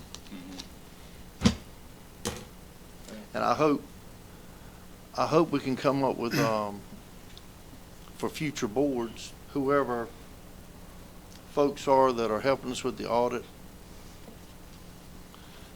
if they see something of this nature, I personally think that the leadership, the board chairman, should be notified, not just the county manager, but that would be a good way to assure the board is staying in the loop of things. I'm not saying it's your responsibility. What I'm saying is it doesn't hurt to cover all the bases and make sure if you have a manager or a finance director that may be falling down on the job a bit, it would help the commissioners to know that before it actually gets to a point like this got to. Well, in defense of that, though, he went to the man's boss. Oh, I know he did. It's nothing against He went Mr. to the one that is the conduit to us, and put that slick, oh, everything's fine, we got it worked out, all this, whatever. I know. I've heard that so many times. I know. And I know, now. and I do know that, Mr. Chairman. I I know also you know, know, I'm just- and it's nothing, I'm not beating up on you, Mr. Thompson. What I'm saying is, in a situation like that, I would appreciate in the future if you just share with the manager, but also share with the chairman, so he can share with the board that there may be some concerns out there, you know. Points well taken. Well taken. Thank I have an additional question. Yes, sir. As we look at your report from last year, I think you noted 3 areas that you will note again in this year's report, that's restated from last year's report, correct? Yes, One sir. being the vehicle replacement fund, second one being reconciled bank statements from the previous year. Right. What measures have been employed to ensure that board notification and this problem will be rectified going forward? When we met on Friday, one of the things that we discussed, two big things is being when the audit has been presented the last 2 years from bond agencies, other recipients of the audit that they need, and for as well as the board, etc. The audit has to be completed by October 31st of the year and submitted both to the board and to the state treasurer's office. That I would communicate directly with the chairman on a monthly basis to ensure that he's aware of all issues that we as an audit firm are facing, where the status of the audit is, what the status of the general ledger, being information given to us, so that, and I'm happy to share that with the whole board so that you're all aware on a timely basis where things are, what it looks like, etc. You're going to have the same issues for a third fiscal year in this audit report that you're getting ready to, or that you'll get for the 13-14, because those issues as we stand aren't corrected. Now, is there a plan in place by the new interim management team to fix it? Yes, sir, there is. And it's up, they should be the ones presenting that plan. But excuse me, I'm not cutting you off there, Mr. Thompson, and that's where I'm going at with that. When are we going to be aware of the plan that's going to address this? Well, I'm going to get to part of it, but then I think the board will, the management will get to some of it too. So I didn't mean to interrupt. I apologize for that. No, I actually think I interrupted you. I apologize. Oh, good. I just want to make sure that if measures are put in place, they are shared with certainly the commission. Yes, sir. Before you move on, there's a kind of an omnibus resolution at the end of this where you're going to be requested to consider various things. But I would, obviously, as Alan stated, there's been a lot more work that went into this audit than has been the case in prior years, and that has significantly impacted the fees. And I was wondering, that will be a part, that's the addition that you made to this particular item. So at this time, I'm going to ask Alan to address that issue. Okay. The 12-13 audit fee, audit contract is $35,500, which is the same audit fee it's been for the last several years. We haven't raised our fees. I'd have to go back and look, but it's been a while. And it would be the same audit fee that we would propose for the 13-14 year. So we're not up to trying to upcharge an audit or whatever. But the time that we spent to complete the audit and get it finished ran about $130,000, which is part of that $35,500. Of that $130,000, about $33,750 was paid to a second firm that's included in that $130,000 to reconcile, make journal entries, take responsibility for a portion of the general ledger, etc. Yeah, basically a mercenary you had to go through on a right, because there are third certain party. things I can't do and still issue an audit report. I can't reconcile your accounts and do certain things, but I can't get comfortable and issue an audit report if I don't, even after that, given the status of it, where it's at. And this is no consolation to you. We're still, of that amount, we're still writing off about $35,000 of our fees from starting and restopping, just because it's such a mess and we don't know where we may have wasted time or not wasted time, and so we wrote off that much of our fees. Because I don't, some of this we're chasing our tail trying to figure out if we got it right or not until we figured it out. So maybe that's fair or not fair, but that's what we did. And I'm going to ask the manager if we do a motion for that exact amount, or ask you to say that exact amount, we'll get it in the motion. But I think one more thing I was going to say it on items for county commissioners, but it relates to this. You had Mr. Apple, you had Mr. Murphy, you had Mr. Benton going through an office over there. It dawned on me when I looked in that office over there. I don't cruise the halls and barge in on people's office on a regular basis, so I'd never been in Butch's office. But it was 90 years of experience in county and municipal government standing there in that room, and they've never seen anything like it. All of them said they've never experienced anything like that office and stuff that was not over. And here again, sue me, take me to court, whatever. You know, I'm not hiding behind the personnel stuff, and I don't think the citizens like it when you do. But at the end of the day, the buck stops with the five of us here. We got to pony up today, like it or not. Got a possibility to make sure it don't happen again, you know. The actual amount is $130,600. Is that correct, Al? Yes, sir, that is. So really, we're going over about $95,000 over what we should have. That's right. At the end of the day, when you boil it all out, That's right. what sloppiness cost us. Okay, so that's based on your cause, what we need to, 'cause what I'm looking at correctly on item number 15, the additional stuff that you have to, About 2/3 of that is mine, and 1/3 is another audit CPA firm that came in and did it. How much in dollars amount is yours? 60-some thousand. What of the 130? 61,350. But when did this additional work acquire? When did you assume this additional work responsibility? In the last 3 months. We basically have had 5 people doing nothing but Pender County for the last 3 months. So the last 3 months, you've been very busy because of our finance department work, is what you're saying? That's right. And see, that's where I have a problem with. You knew 3 months ago the problems that we had in this area. And so your bill continued, $60,000+, and then you stand here tonight and tell us that we need to approve an additional $60,000. And I'm sure everyone else may be in agreement with that.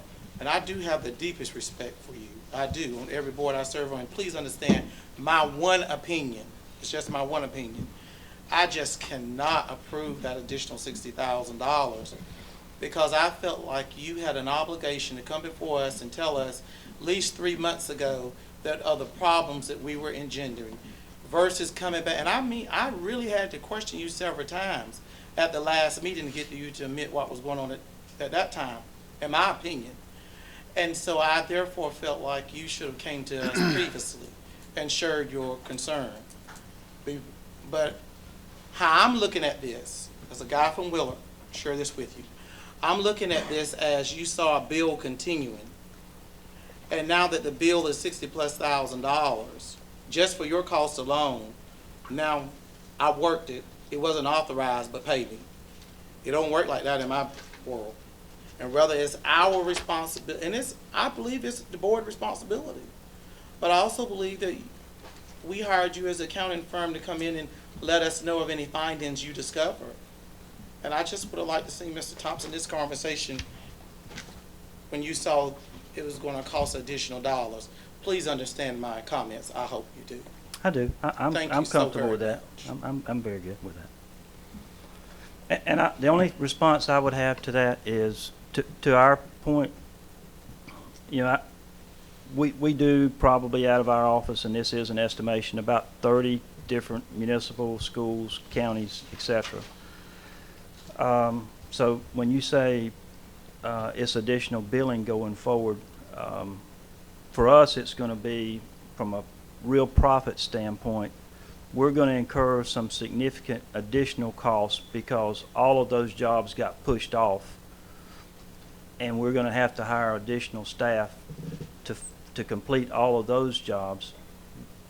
From a profit standpoint, when I say we wrote off 25% of our billing, there went our quote-unquote profit down the toilet, if you will, because we, at that point, from a partner standpoint inside our firm, we met and made a couple decisions, some of which were overridden by me. Should we just withdraw and quit this engagement because we've been promised the works, you know, the records were going to be in shape to audit, and they never get there. We've been to management, it's not changed. So at what point do we just walk away and say it's the county's problem and forget it, and y'all could do whatever you want to do? I chose not to. I don't regret my decision, and if you don't pay me, I still don't regret my decision because I think I did the right thing. So you have to do what you think is right, and I believe I did what I thought was right. And so I don't have any problem. Whatever you do, you vote your conscience, that's all good. I'm cool with that either way. So very well stated, but my opinion do not waver. I'm perfectly good with that.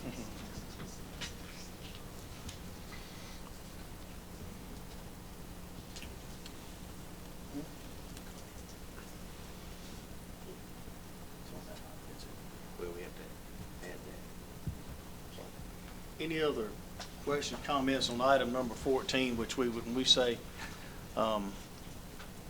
excuse me, I'm on the wrong one, item number 15, apologies.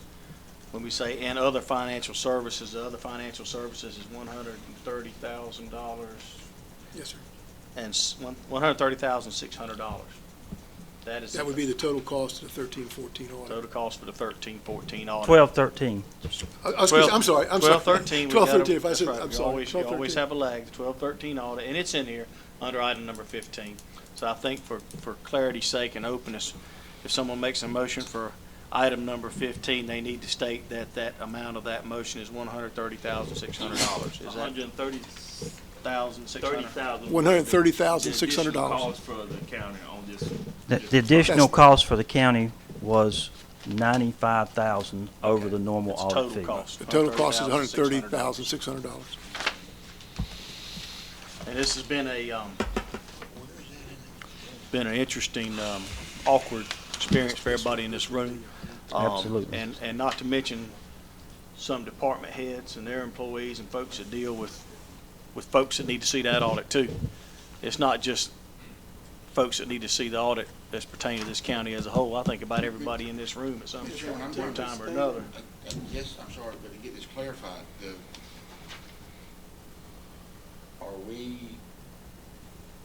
which contract is being?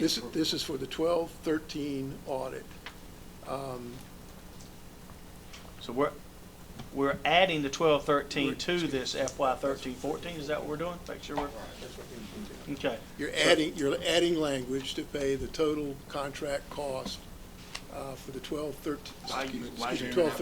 No, I need to, we need to clarify that. I don't think we can add that consistent with board Separate policy, items. because that's not in there, and we're talking about spending $95,000. Well, Mr. Mack added his item, we had to get unanimous board approval to do that, and we weren't spending any money. yes, That's not mentioned in this resolution. that's a good point. That's a good point. I'm not trying, Alan, please, I'm not trying to throw anything in. I'm not picking Then sides maybe on we any should of just that. handle item 15 as presented And and put then- this back on the next meeting separate, because because it it's- is a significant amount of money. And it's not identified anywhere, and again, I'm just saying, the board policy has been, I think you raised a good point. okay. I think we'd all probably feel a little bit better. I know that makes us wait a couple of weeks, but do you understand that, Mr. Thompson? I have no Let's go ahead and problems. We're put all on the good. agenda. But at least we've had the healthy discussion on the 12-13 audit. Yeah, we did. So my question then is, which one are we actually approving tonight? The 13-14 and then the audit process for 13-14 and also authorizing 14-15 contracts and purchase orders as well, as presented, Mr. Tate, 15. You are accepting the 12-13 audit. Yes. I'm sorry, I'm reading the resolution presented before me. And now with the discussion, I'm having some problems deciphering the amounts, and I'm looking at the amounts. May I help? Certainly. I think the item 15 is basically saying that you would accept the audit report itself. Forget about money, that you would accept the audit report. Then I think it's discussing the fact of a 13-14 audit process for the fiscal year that just ended, June 30, 2014. There's two contracts, I think, being presented. One is our audit contract for 35.5, which is the same as it's been for years, And I have no problem with approving that one tonight. and a contract to get the reconciliations up to speed for 24,000, I think is that amount. right. That's with the same folks that helped last year. So those are the two that are there, as I understand it. And then there's a third, and that's to a purchase order, approve a purchase order to Rick Benton for Benton Consulting Services, in the amount not to exceed $27,500. That's a contract I think you all had approved previously. Yes. And this is the PO for that. And Rick is, as promised, Rick is stepping back, as he planned to. Okay, I understand where we're going now with this. I'm sorry. Mr. Chair, if I got, that was the talk that we had. This is nothing additional, that's what I'm thinking. No, the only thing was, at the beginning of the meeting, we had attempted, I guess, to add to this particular item the additional fees for the 12-13 audit. And that was- Additional 95,000. Yes. Okay. So Okay. I think we should put that, it would Gotcha. basically be a fourth bullet point Yeah, in this. yeah, We have yeah. three that we're dealing with after the. So I'm gonna quickly, we talked about this. Let's bring that back separate, a separate item by itself at the next meeting. Well, Absolutely. couldn't we vote on to add that one tonight? Well, we could, if you want to I move mean, if we forward. want to dispose it, he's waited a long time for his buddy. No, because that's not gonna work, because you're gonna have to vote to add that item to the agenda, and Yes, sir. and Mr. Tate, I don't believe are you gonna vote to add that Yeah, I'm item? gonna vote to add it. Yeah. I love it. I'll vote to consider it. You make that motion, Mr. Tate, I'd second it. All right, let's, can we dispose of 15? Can we Absolutely. dispose of 15, and then somebody wants to make a motion to add that and I'll make a motion for, number 15, Mr. Chair. as presented? Yes, sir. Have a motion on the floor. Second. Second by Mr. Tate, I think I heard first. All in favor? Please raise your hand. We went back and did 15 as originally stated. Now, we can entertain a motion. Well, first of all, we need to have a motion to add what I believe we should possibly call 15B, since it relates to the audit, to cover the additional expenses for the 12-13 audit. Yes, sir. All in favor to add that item to the agenda? Well, I need a motion for that, first of all. How, is this an urgency? Is this something That's that a could good be put on it? This was not put on this agenda. How urgent is this? Because we've discussed this already tonight. If the item with Mr. Mack, which was something we had to take care of tonight because it could not wait until the next meeting. This is not, unless this is an item of urgency, I'm not going to vote to add it to the agenda tonight. If you convince me it's an item of emergency, this was not advertised this way, I can't add that to the agenda tonight. If it, We'd be more than happy to bring it That's back the to you on the 18th. additional if amount. And that's the additional 95 for, 12-13. 12-13. It has no impact on anything as we stand. The only Right. thing Let's that bring it waits, back. let's bring it back, put it on the agenda so that folks can see it. We'll put it out there on the agenda. We'll bring it back to the next meeting if that's okay. it's, Yes. wait a minute, before you leave out, this is your cause for the 95, correct? that's right, yes, sir. So we're bringing this subject back together, and what I'm hearing that we want to move forward and get this out of the way. I mean, you're still going to see it. The number's not going to change, I don't think. You're still going to have to deal with it. Is that, and I mean, if Yeah, I'm understanding, it I mean, is, it's stuff that's been done, and we owe, as far as I'm concerned, but Mr. Brown brought up a good point. It's a significant item, and I think it needs to be on the agenda, like Mr. Brown said. Perhaps we should put it on the agenda, because it's not exactly a low profile event either. So let's just put and it I'm on the not trying to agenda. come, for I'm just 18. saying if it's money that you owe, you still come back, it's gonna be the same thing, and it's gonna be the same discussion. It's just, if we're gonna give you the money or not, but I mean, But what it comes down to is transparency. Yeah. Put it on the agenda, advertise it the way it's supposed to be, then we vote on it. Because we can't, well, that's no different from what we've been doing, putting stuff on the agenda. No, I mean, it is different. I beg to differ. It is Well, I different. don't see that it's any different, but it's our slopping, and this is what happened. Yeah, that's a good point there too. I think I think the nod's there, let's just put on the 18th. I'm gonna vote to pay you, but it I'm needs to gonna be vote out, to pay you it needs to be out in the open. I'm glad to, I don't want any issues, so I'm happy as a lark. Let's clear something up. It is not about whether I'm gonna vote to pay you or not, because if you work for the money, I'm gonna pay you. Because let me tell you something, I'm not angry with you right here. I'm angry, this board hired these people, or hired one of them anyhow, who hired these people. I've got anger issues there. I'm gonna vote to pay you most likely, but I'm gonna make sure we're gonna do this the right way tonight, okay? And I'm gonna clarify this. I voted to hire the last manager, and I championed hiring him, and I will stand behind my vote. It was me, Jimmy T. Tate, that voted to him, and I said it, and I let it. But at the same time, there's people who vote to hire people every day, and they're surprised later. So I'm not perfect. I'm not the Messiah, nowhere near perfect. And so therefore, you know, do I make mistakes sometimes? I'm a politician that admit that I do. So let me share this with you also. Although we hired him to come in here, my issue is not about paying you. It is that I believe that you should have came and shared with this board that your fees were going up during this process. That's my issue. I understand completely. And I think that it would be no different in any other organization you and I serve on, that we would have this same question around the table if you were coming up with an additional $60,000. You know, as I said earlier, I'm all for paying people that work. I believe in doing that. But I also believe in let me give you an opportunity to hire you before you give me a bill to pay you. have no qualms at all with your comments. And that's just basic going back to my daddy days on the tobacco farm. When you hired somebody, you paid them. You didn't show up and say you paid me and I didn't hire you. And I plan on paying you. I just want it put on the agenda. We're all good. Ms. Tate, we all know, well, not everybody knows, but I'll tell you something.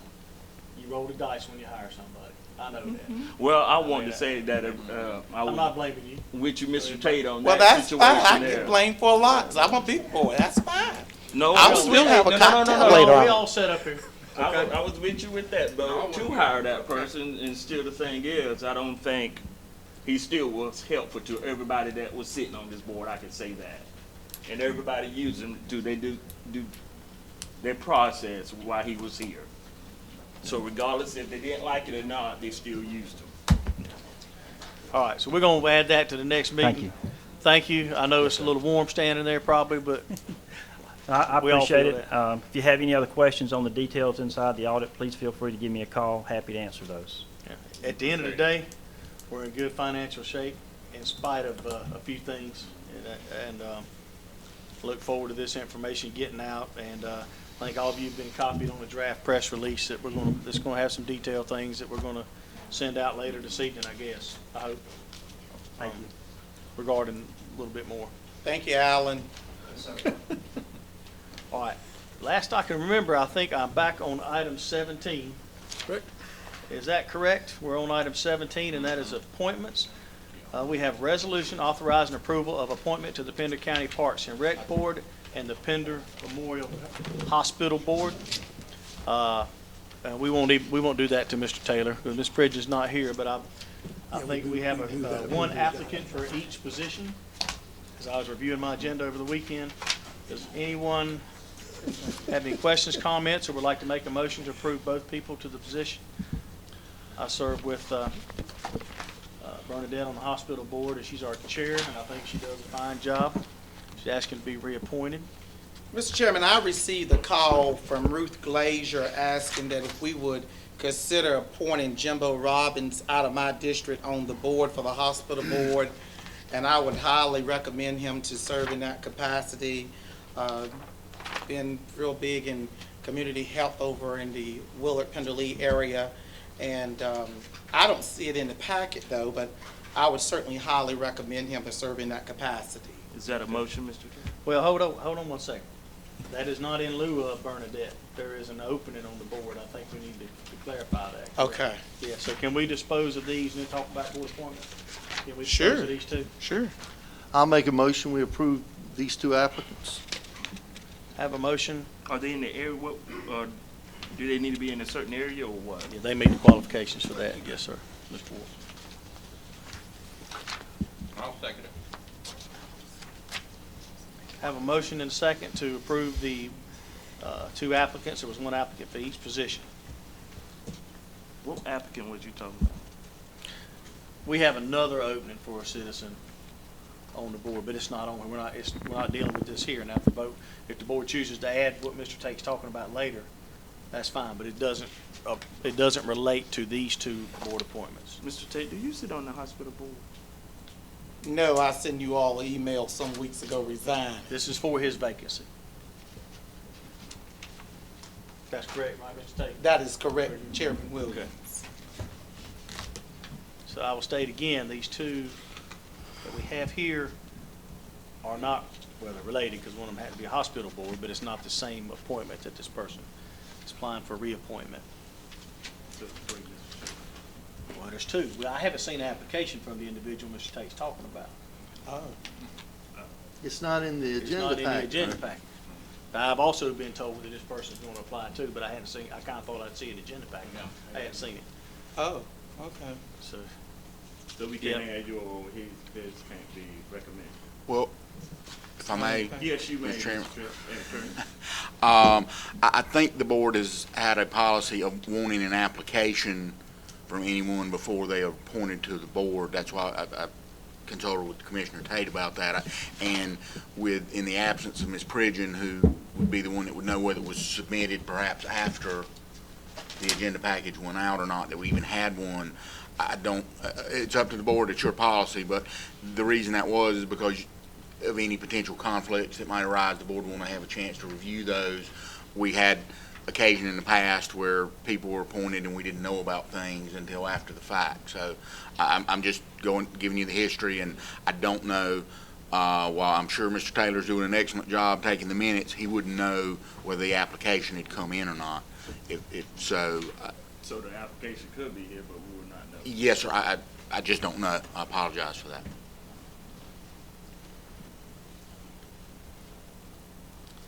Here again, can I have a motion to appoint the two applicants on item number 17? I gave you a motion, and Mr. McCoy made the second. Motion is second. All in favor? Okay. Motion. Now, Mr. Tate had an item he wanted addressed while we're on boards. Yeah, I thought the application was in the packet, but I made a recommendation. I certainly respect the board's decision. Okay. Do respect your recommendations. Mr. Tate, it's not that I don't respect your recommendation. You know I have a lot of respect for you, but if I don't see the application in here, if I saw the application in here, that would be one thing. I just don't see it in the agenda. So, We can make sure you have it for the 18th, assuming the application is coming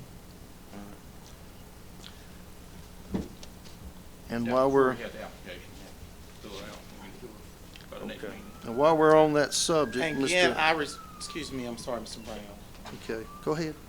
I respect the board's decision, but I had told Ms. Glazier that I would make that recommendation tonight, and I wanted to certainly do that. I know this person would be good and eager to serve, but now I'm yielding back to your comment, Mr. Brown, on what you going to say. So, Just that we're going to have some issues here to kind of deal with. I might even make a suggestion to the board, whether it be tonight or on the next agenda. I'm not asking them to vote on anything, just hear me out on something. We've evidently got some folks on some of these boards that are not completely aware of their roles and responsibilities, authorities, etc. Had a meeting with the health board, and there was one individual that came to the last health board meeting that is under the misconception there's some certain authority given to health board members that is not. I said that on a DSS board meeting the other night, and I could tell by one area of conversation there that there seems to be some clarification needed to some of these folks what their actual roles and responsibilities are, because those two boards are advisory boards only. You start getting into personnel issues, you start getting into some real sticky areas with advisory boards. I did have a complaint from one individual, or concern, I should say, that they weren't really going through any kind of orientation on a board that they were going on by the organization that they were serving with.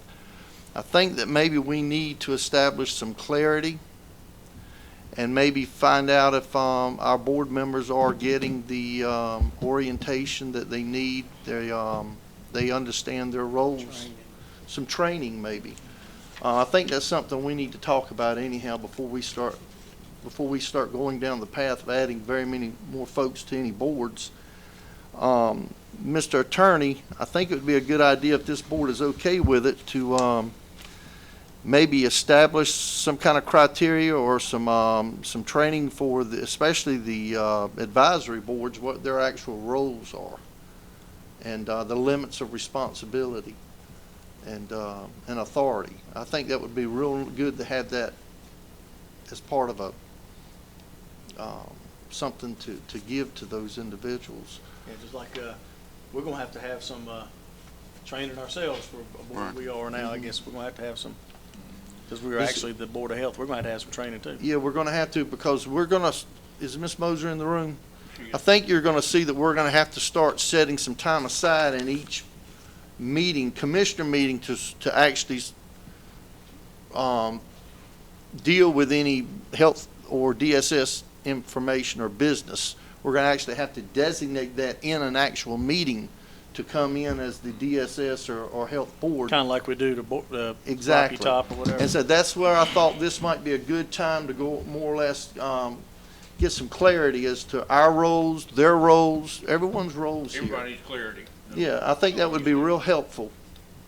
Fair enough. That's a good topic there. Okay. All right. Next item on the agenda is to appoint Mr. Tate as our delegate to the NCACC.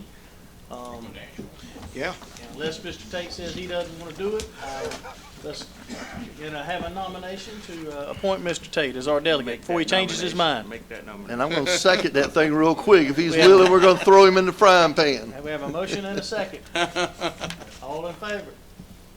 I will be staying in Asheville that weekend. Mr. Tate, thank you very much for stepping up to the plate and doing this. Understand that. I said thank you for stepping up to the plate. You will. Thank you for going for us, Mr. Tate. Oh, certainly, my pleasure to ride and think about you all while I'm riding. I'm sure that's what you will be doing. Have you unsweetened there? Not confirming or denying, not taking nobody with me, that's for sure. That's a good answer. Mr. Attorney, do you have any items for us? I know we're going to go into closed session to talk about applications and things. Yes, sir, Mr. Chairman, we'll have some items for closed session. I did want to let the board know that in the cemetery case, which had been argued the week before, Judge Cobb ruled and overturned the decision by the board. It basically turned on the argument on whether it was abandoned, whether we had the authority to do that, and his conclusion was that the interpretation of what meant abandoned because that's the only issue that could be there, is whether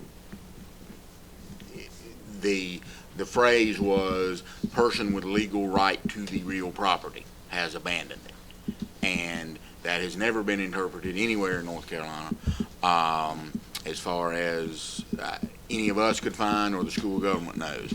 So it may at some point, and if the board wants to, we can discuss it tonight in closed session or at the next meeting in closed session.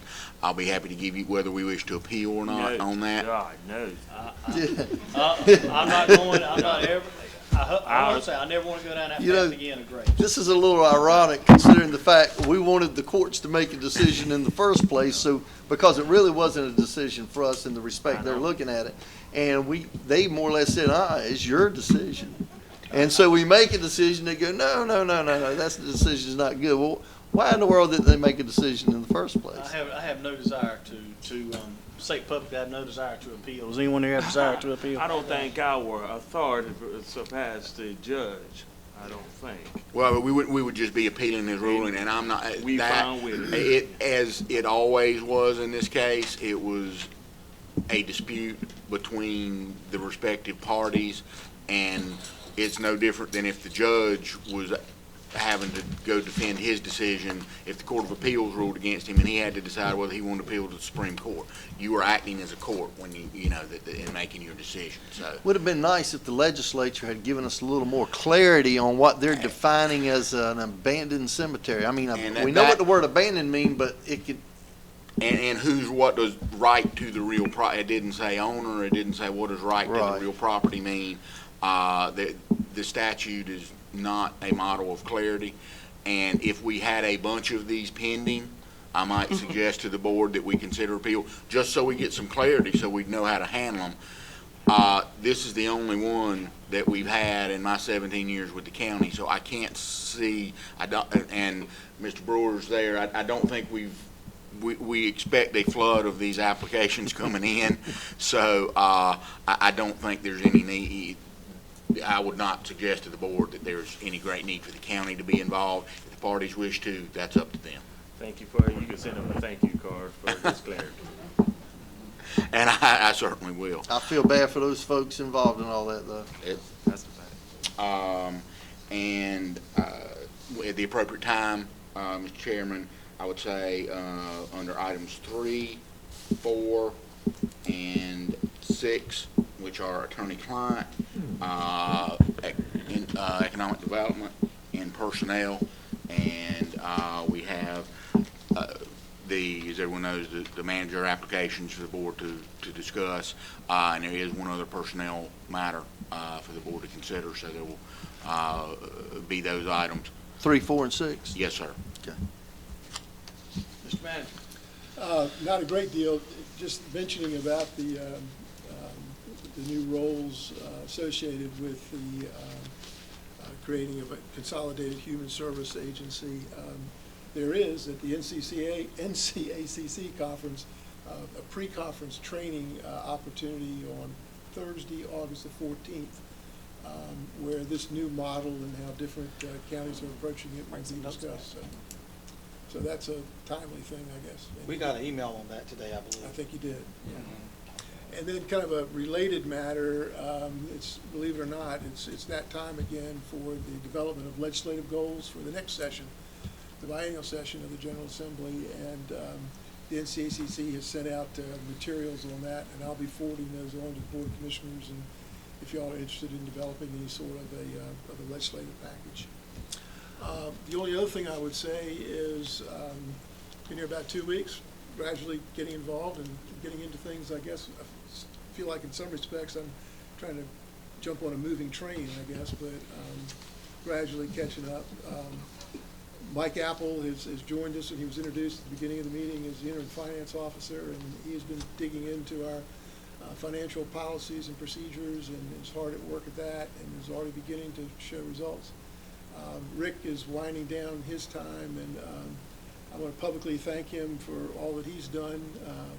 In his time here, I think the county got a pretty big bang for the buck in Rick and what he has done in trying to kind of restore our financial house and helping us get our application into the LGC for the bond, and just taking on a number of tasks and has done them all very, very well. And I know he's been a tremendous help to me. I hate to think that I would have walked into the doors here without Rick having been here. So I have to kind of publicly acknowledge the role that he's played over the last several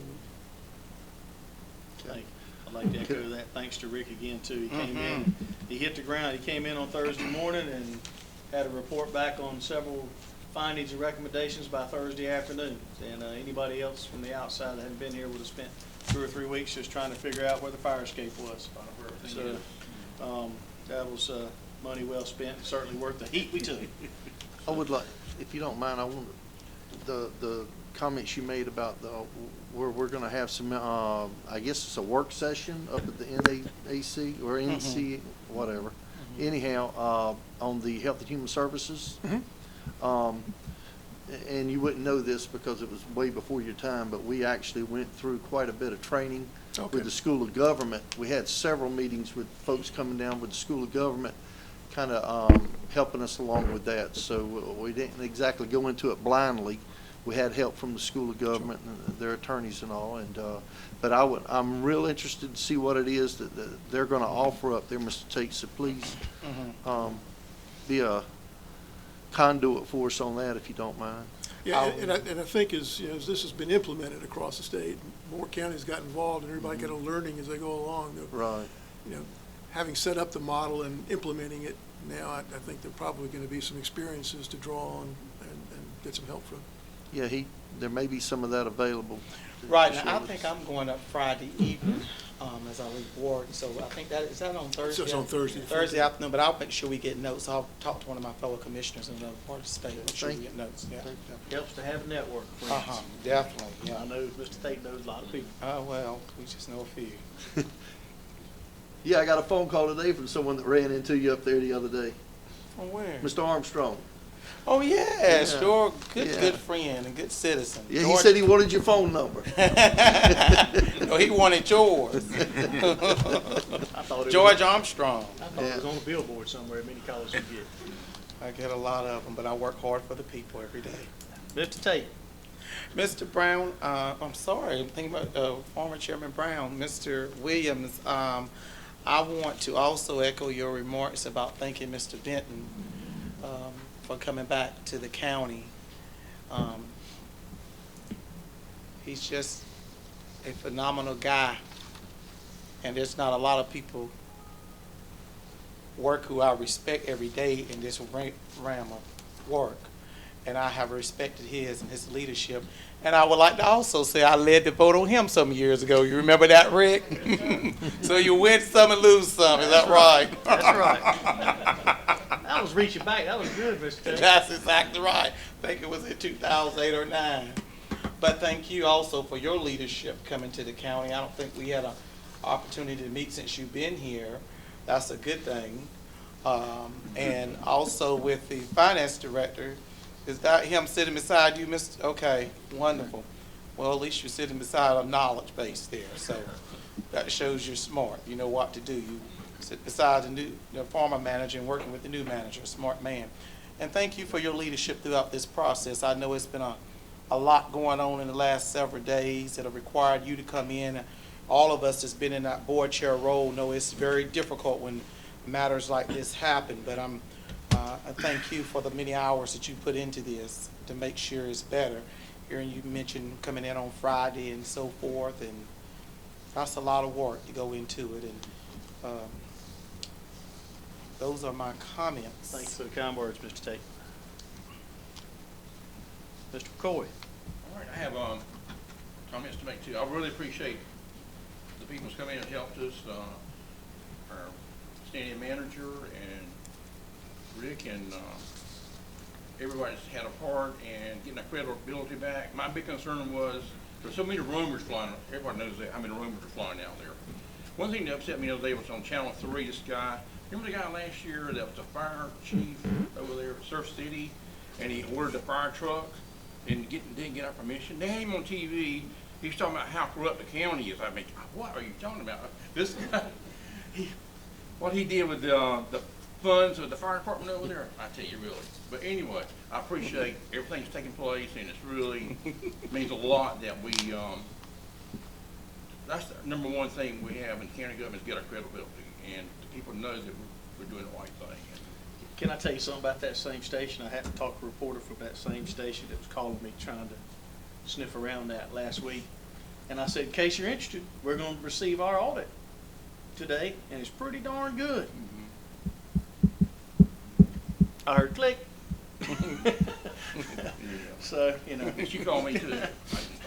Didn't have any interest in the good stuff. Yeah, just the negative That's stuff. nature of the beast. Can't take it personal. All right. Other thing I want to say is congratulations to the Pender Memorial Park, the Angels that play there. They won the World Series in softball, and so really excited about that. And I saw some of them were back today. One of the girls works in the bank over here at the credit union, and they got back I think last weekend. But they won that World Series, and I think and the other team's still playing. The Bills. Yeah, The Bills still playing. yeah. Congratulations. That's it. Yes, sir, Mr. Chair, I just want to mention one thing, and I don't want to continue on dragging this issue about this audit and the whole situation what we went through. But I guess some people have curious in mind and say that commissioners have something to do with it and we behind it. But I would sit up here to say I don't think anybody up here sitting on the board had any intention of trying to do anything as far as trying to hide something. And I would sit here and say that today and let those out there would know that as well. But I do want to say this. I went to the NACO conference that was held a couple weeks ago in New Orleans, and since we're talking about this issue with the audit, I went to the expo. They had a good expo, good presenters and all that. But one that caught my eye, and I don't know if Mr. Benton or Mr. Manager probably have heard of this. This new company of business is called OpenGov. OpenGov, it's a new software that's out there that allows counties and cities to put their financial report on this software, and it's for the public use. So the public have this ability to go up on this site that is linked in to the county website, and they can see all the financial reports as far as numbers and how numbers where it's been spent, and it's actually a breakdown. And the reason why I say that is I would like for us just to look at it, not so much to look at it, just let you see what was out there, and I would like to put that on the agenda, and I will get the gentleman's name. I do have his name. Which the neat thing is that he could do it by presentation through webinar. So he could do a little brief 5-minute segment, come up on the screen, and we could see that. It was just very interesting. I would just like for the commissioner to partake in that little scenery and desk. So they can get it in a read-only authorization. Yeah. So it's really neat, and for those who question what goes on in our government, they can see it through this website. I mean, through our website that is linked in. They can see how all the finance is spent and everything. So I think it was great, and I would like to put that up there, and I give you that information, and I guess that could be put under information or whatever. Sounds interesting. I know where Mr. Brown's gonna come down on that, I believe. Thank you. He's gonna like the idea. Anything to make it more transparent and make it easy for the folks to understand. You see, it's not just about being transparent. We've got to make sure folks understand the information we're putting out there, because it's confusing even for us sometimes. And so I appreciate that, Chester. Thank you. Definitely like to learn more about that, Mr. Ward. Thank you for bringing that. Mr. Brown. Yes, sir. A couple of things. Mr. McCoy already touched on one of them. That was about the girls going to the World Series. And I won't repeat everything you've been through. What I would like to ask at this point, though, is could we put on the next agenda to have these girls and these teams come before? I don't care whether they win or lose. I think it says something when these girls can go all the way to. Well, I think the girls went to Tennessee. The Angels went to Tennessee. The Bells went to Louisiana.